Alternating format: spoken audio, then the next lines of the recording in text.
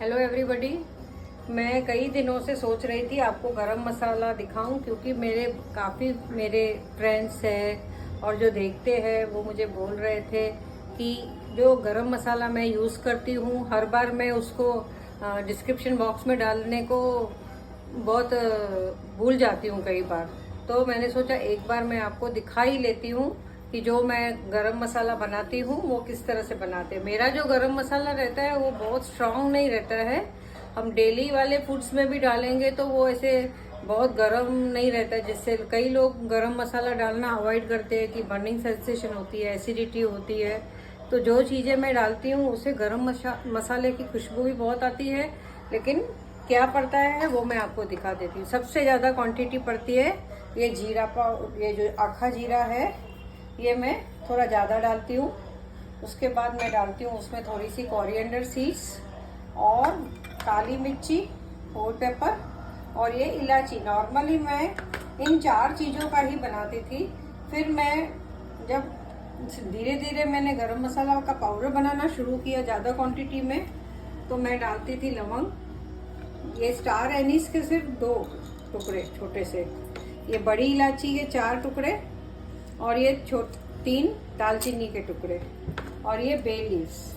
इसके अलावा मैं कुछ नहीं डालती हूँ। और ट्रस्ट मी, ये जो मिक्स करके हम गरम मसाला बनाते हैं बहुत ज़्यादा खुशबूदार एरोमेटिक होता है और सब्जियों में डालने से उसका एक अलग ही अरोमा आता है।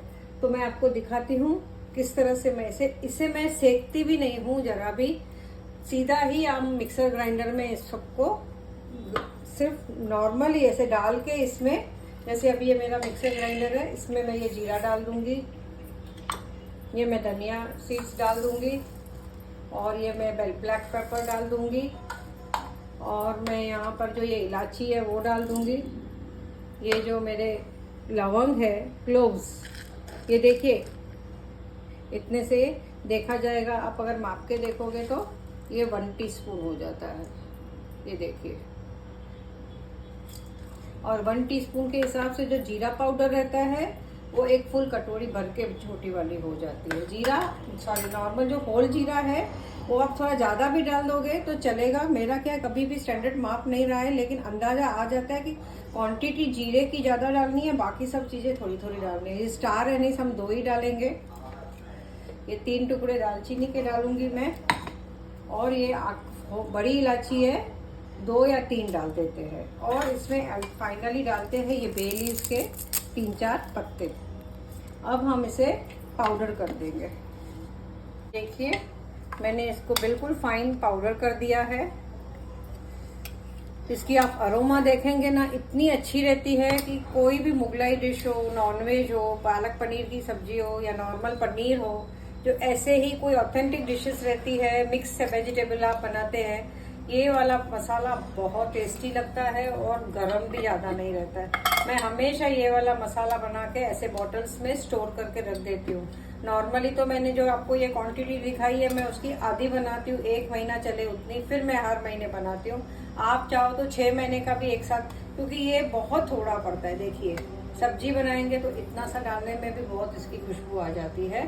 तो ज़्यादा भी बनाने की ज़रूरत नहीं है, आप थोड़ा थोड़ा बनाते रहिए और फिर आप स्टोर कर दीजिए ऐसे बॉटल्स में। ऐसे देखिए मैंने इस बाउल में डाल दिया आपको दिखाने के लिए कैसे लगता है गरम मसाला। अब हम ये बॉटल पूरी भर के स्टोर कर देंगे। बहुत अच्छा बनता है ये वाला गरम मसाला, आप बनाइए।